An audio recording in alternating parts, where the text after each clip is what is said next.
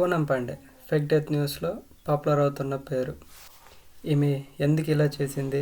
Social awareness కోసమా, లేదా తన సొంత పాపులారిటీ కోసమా? ఇంతకుముందు కూడా ఇలాంటివి ఏమన్నా చేసిందా అనేది ఈ వీడియోలో తెలుసుకుందాం. పూనం పాండే యొక్క ఇన్స్టాగ్రామ్ అకౌంట్లో కింద కనబడుతున్నట్టు పోస్ట్ చేసింది. దీనికి అర్థం ఏంటంటే, ఈ ఉదయం మాకు చాలా కఠినమైనది. పూనంను గర్భాశయ క్యాన్సర్తో కోల్పోవడం జరిగింది. ఆమెతో ఉన్న ప్రతి జీవితో ఆమె ప్రేమ మరియు దయతో ఉండేవారు. ఈ దుఃఖ సమయంలో ఆమె మనతో పంచుకున్న అభిమానంతో మర్యాద చూపిద్దాం అని పోస్ట్ చేసింది.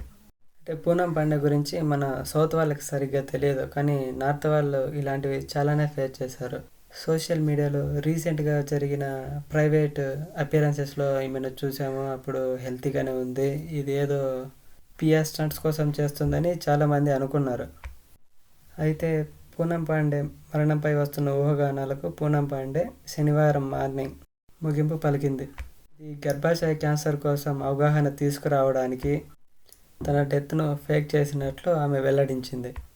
దీనిపై ఇవే కాకుండా ఇంతకుముందు కూడా ఇలాంటి పిఆర్ స్టంట్స్ పూనం పాండే చాలానే చేసింది. 2011లో ఇండియా వరల్డ్ కప్ మ్యాచ్ గెలిస్తే తాను బట్టలిప్పుతానని బీసీసీఐకు లెటర్ రాసింది, కానీ బీసీసీఐ దానికి అంగీకరించలేదు. అలాగే 2011లో ఒక బాత్రూమ్ వీడియో కూడా తను రిలీజ్ చేసింది తన అకౌంట్లో. 2012లో ఐపీఎల్ 5th సీజన్లో కేకేఆర్ కప్ విన్ అయినప్పుడు తన సోషల్ అకౌంట్లో ఒక న్యూడ్ ఫోటో కూడా సెండ్ చేసింది.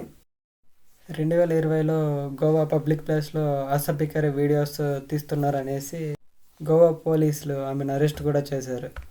ఇవన్నీ కేవలం ఆమె పాపులారిటీ కోసం మాత్రమే చేస్తుంది.